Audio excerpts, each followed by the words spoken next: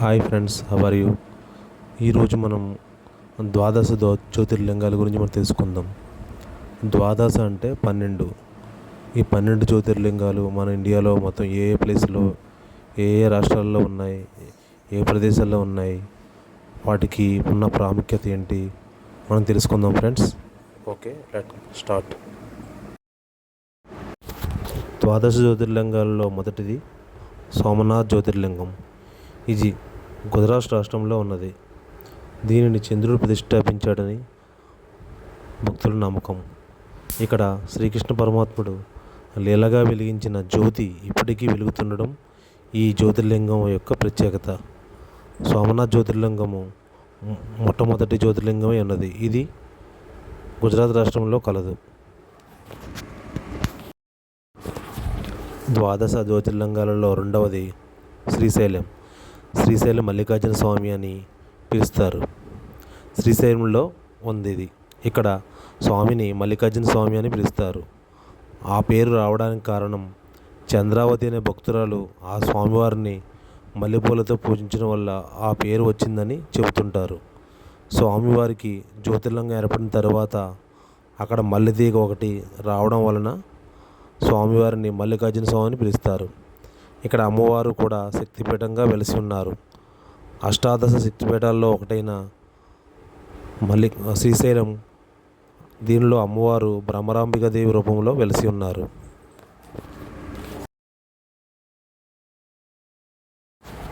ద్వాదశ జ్యోతిర్లింగాలలో మూడవది ఓంకారేశ్వర జ్యోతిర్లింగము. ఇది మధ్యప్రదేశ్ రాష్ట్రంలో కాండవ ప్రాంతంలో ఉన్నది. స్వామివారికి ఆ పేరు ఎలా వచ్చిందంటే ఇక్కడున్న పర్వతం మీద ఓంకార రూపంలో వెలియడం వలన ఆ స్వామివారు అక్కడ వెలియడం వల్ల ఆ పేరు వచ్చింది. స్వామివారు నర్మదా తీరం పక్కన పర్వతం మీద కొలువై ఉన్నందున స్వామివారికి ఓంకారేశ్వర స్వామిగా పేరు వచ్చినది. ద్వాదశ లింగాలలో నాలుగవది మహాకాళేశ్వర జ్యోతిర్లింగము. మహాకాళేశ్వర జ్యోతిర్లింగము మధ్యప్రదేశ్ రాష్ట్రంలోని ఉజ్జయినిలో వెలిసి ఉన్నది. ఆ పరమశివుడికి ఇక్కడ భస్మాభిషేకం చేయడం ప్రత్యేకత. ఇక్కడ అమ్మవారు అష్టాదశ శక్తిపీఠంలో ఒక శక్తిపీఠంగా వెలిసి ఉన్నారు. అమ్మవారు ఇక్కడ శక్తిపీఠం మహాకాళికాదేవిగా వెలిసి ఉన్నారు. ఇది జ్యోతిర్లింగంలో నాలుగవది.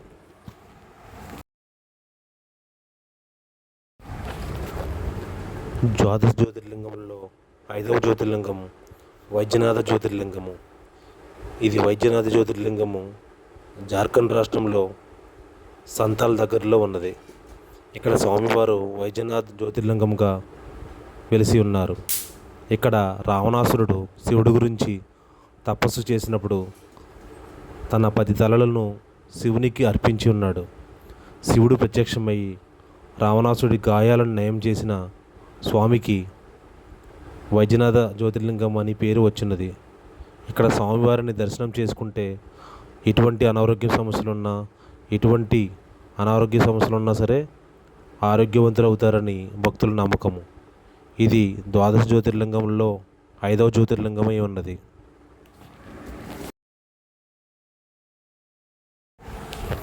ద్వాదశ జ్యోతిర్లింగములలో 6వ జ్యోతిర్లింగము భీమశంకర జ్యోతిర్లింగము. భీమశంకర జ్యోతిర్లింగంగా పరమశివుడు వెలిసి ఉన్నాడు. ఇది మహారాష్ట్ర రాష్ట్రంలో పూణేకి దగ్గరలో 120 కిలోమీటర్ల దూరంలో భీమశంకర జ్యోతిర్లింగంగా వెలిసి ఉన్నది.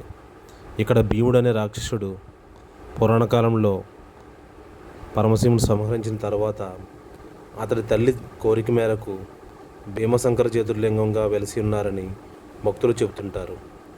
ఇది ద్వాదశ జ్యోతిర్లింగంలో 6వ జ్యోతిర్లింగము అయి ఉన్నది.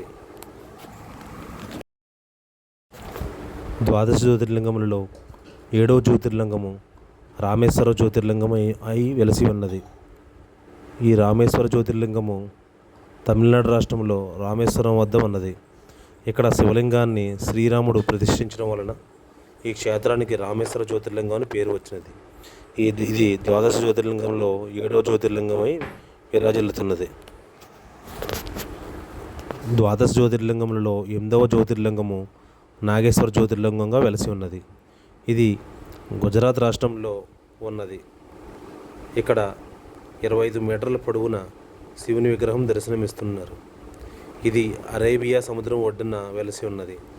నాగేశ్వరకు సమీపంలో గల ద్వారకా రైల్వే స్టేషన్ మరియు విరావేల్ రైల్వే స్టేషన్ నుంచి నాగేశ్వర జ్యోతిర్లింగంకు చేరుకోవచ్చును. ఇది ద్వాదశ జ్యోతిర్లింగంలో 8వ జ్యోతిర్లింగమై ఉన్నది. ద్వాదశ జ్యోతిర్లింగములలో 9వ జ్యోతిర్లింగము త్రయంబకేశ్వర్ జ్యోతిర్లింగంగా పిలుస్తారు. ఇది మహారాష్ట్ర రాష్ట్రంలో నాసిక్ దగ్గరలో ఉన్నది. నాసిక్ పట్టణం నుండి త్రయంబకేశ్వరకు బస్సు మార్గంలో చేరుకోవచ్చును. ఈ ఆలయం ఉదయం 5 గంటల నుండి మొదలుకొని రాత్రి 9:30 గంటల వరకు తెరిచి ఉంటుంది. త్రయంబకేశ్వర్ అంటే బ్రహ్మ విష్ణు మహేశ్వరులు కలిసి ఉన్న దానిని త్రయంబకేశ్వర్ అని పిలుస్తారు. కావున దీనికి త్రయంబకేశ్వర జ్యోతిర్లింగం అని పేరు వచ్చినది. ఇది ద్వాదశ జ్యోతిర్లింగములలో 9వ జ్యోతిర్లింగమై ఉన్నది. ద్వాదశ జ్యోతిర్లింగములలో 10వ జ్యోతిర్లింగము కృష్ణేశ్వర్ జ్యోతిర్లింగమై ఉన్నది. ఇది మహారాష్ట్ర రాష్ట్రంలో ఔరంగాబాద్ నుండి కృష్ణేశ్వర్ జ్యోతిర్లింగమునకు ఔరంగాబాద్ నుండి 25 కిలోమీటర్ల దూరంలో ఉన్నది. ఈ ఆలయం ఉదయం 5 గంటల నుండి రాత్రి 9:30 గంటల వరకు తెరిచి ఉంటుంది. ఇక్కడ అజంతా శిల్పాలు, శివుడు, సోమేశ్వరుడు, ఈశ్వరుడు అని పేర్లతో పిలుస్తారు. ఇది ద్వాదశ జ్యోతిర్లింగంలో 10వ జ్యోతిర్లింగమై ఉన్నది.